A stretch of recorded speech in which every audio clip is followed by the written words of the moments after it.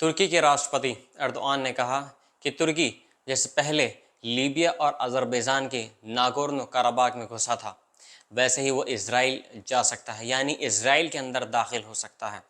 हालांकि एर्दोआन ने इस बारे में नहीं बताया कि वो किस तरीके से दाखिल होने की बात कर रहे थे।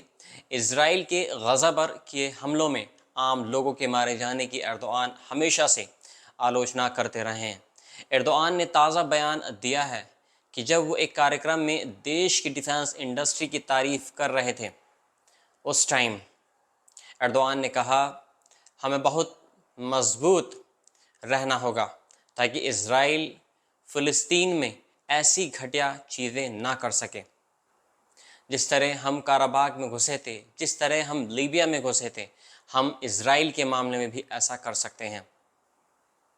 एर्दोआन के इस बयान पर इज़राइली विदेश मंत्री इज़राइल काइट्स ने सद्दाम और एर्दोआन की तस्वीरें शेयर करते हुए सोशल मीडिया पर लिखा है, एर्दोआन सद्दाम हुसैन के कदमों पर चल रहे हैं। एर्दोआन को याद दिलाएं कि वहाँ पर क्या हुआ था और कैसे हुआ था।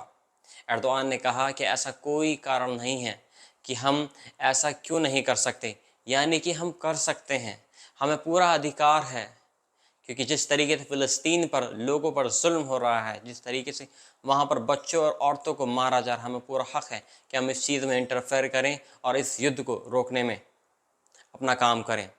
हमें मजबूत रहना होगा ताकि हम ये कदम उठा सकें। समाचार एजेंसी राइट्स ने जब एर्दोआन की पार्टी के प्रतिनिधियों से इस बारे में ज़्यादा जानकारी मांगी तो उन्होंने जवाब देने से मना कर दिया।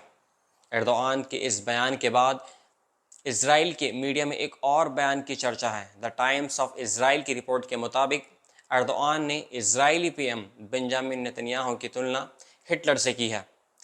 एर्दोआन ने कहा, जिस तरह से जनसंहार करने वाले हिटलर का अंत हुआ था, वैसे ही एक दिन नेतन्याहू का भी अंत होगा। द टाइम्स ऑफ इज़राइल के मुताबिक एर्दोआन ने कहा, जिन लोगों ने फ़िलिस्तीनियों को मारने की कोशिश की है, उनको वैसे ही जिम्मेदार ठहराया जाएगा जैसे नाज़ियों को ठहराया गया था। मानवता फ़िलिस्तीन के साथ हमेशा खड़ी रहेगी। आप फ़िलिस्तीनियों को मार नहीं सकते, आप इस तरीके से जुल्म नहीं कर सकते, औरतों को और बच्चों को आप इस तरीके से निशाना नहीं बना सकते। हिटलर के दौर में 60 लाख यहूदियों की हत्या कर दी गई थी। दूसरे विश्व युद्ध ख़त्म होने पर नाज़ी अधिकारियों के खिलाफ केस चला था और उन्हें सज़ा सुनाई गई थी। 7 अक्टूबर 2023 को हमास के हमले के बाद इज़राइल ने गज़ा में फुल तरीके से सैन्य कार्रवाई शुरू कर दी थी। इसमें घरों के घरों को तबाह कर दिया, शहर के शहर तबाह कर दिया, यानी कि पूरा जो गज़ा है उसको तबाह कर दिया। हमास के हमले में करीब 1200 इजरायली नागरिक मारे गए थे। हमास संचालित स्वास्थ्य मंत्रालय के मुताबिक इजरायली कार्रवाई में 39,000 से ज़्यादा फ़िलिस्तीनी मारे जा चुके हैं। मारे गए लोगों में बच्चों और महिलाओं की इसमें सबसे ज़्यादा संख्या है। एर्दोआन ने अतीत में कई बार इजराइल की तुलना हिटलर से की है। इजराइल के पूर्व प्रधानमंत्री येर लैपिड ने एर्दोआन के इस बयान पर प्रतिक्रिया दी है। लैपिड ने कहा है कि राष्ट्रपति एर्दोआन अनाप शनाप बोल रहे हैं, वे मध्य पूर्व के लिए खतरा साबित हो सकते हैं। दुनिया और ख़ासकर नेटो सदस्यों को इस धमकी की निंदा करनी चाहिए।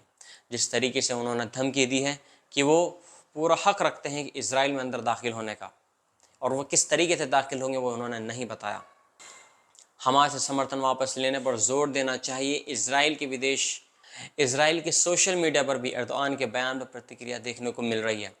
कोशर नाम के शख्स ने सोशल मीडिया पर लिखा है, एर्दोआन ने हमेशा हमास और उसके नेताओं से दोस्ती दिखाई है। अगर एर्दोआन देश का नेतृत्व कर रहे हैं तो तुर्की को नेटो से बाहर कर देना चाहिए। तुर्की नेटो का एक सदस्य है। गज़ा पर हमले के मामले में इजराइल की तरफ से कई खाड़ी देश इजराइल के साथ में खड़े हैं। हाल ही में Israeli PM Benjamin Netanyahu America के दौरे पर थे। इस दौरान राष्ट्रपति पद के लिए डेमोक्रेटिक पार्टी के उम्मीदवार कमला हैरिस ने कहा था, अब समय आ गया है युद्ध को ख़त्म किया जाए और ऐसे किया जाए कि इसमें इजराइल पूरी तरीके से सुरक्षित रहे, यानी वहाँ पर कोई भी जानी नुकसान ना हो, कोई भी माली नुकसान ना हो। गज़ा में फ़िलिस्तीनी की तकलीफ़ों को ख़त्म करने का समय आ गया है। फ़िलिस्तीनी अपनी आज़ादी के अधिकार का इस्तेमाल कर सकते हैं। राष्ट्रपति बाइडेन और कमला हैरिस से मुलाकात के बाद नेतन्याहू ने डोनाल्ड ट्रंप से मुलाकात भी की। इस मुलाकात के बाद नेतन्याहू ने कहा था कि वो बातचीत के लिए रोम में अपना एक प्रतिमंडल भेजेंगे, जहां पर बातचीत के ज़रिए इस मसले को सुलझाया जा सकता है। वहीं ट्रंप अपने चुनाव प्रचार में कहते रहे हैं कि वो राष्ट्रपति बनते ही इस युद्ध को रुकवा देंगे। नेतन्याहू का ये अमेरिकी दौरा चल ही रहा था, तभी 27 जुलाई को इजराइल नियंत्रित गोलान हाइट्स में हिजबुल्लाह की तरफ से 12 से ज़्यादा रॉकेट दागे गए और इन रॉकेटों में कई लोगों की मौत हो गई और 40 से ज़्यादा जख्मी होने की इसमें खबर है। इस पर नेतन्याहू ने हमले के तुरंत बाद कहा था हिजबुल्लाह को इसकी भारी कीमत चुकानी होगी। इसके बाद नेतन्याहू अपना अमेरिका दौरा बीच में ही छोड़कर इजराइल लौट आए थे।